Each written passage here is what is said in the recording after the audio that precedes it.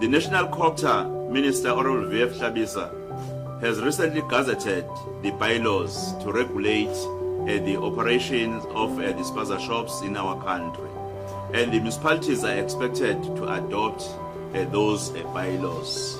That is why, therefore, we have called the municipalities tomorrow.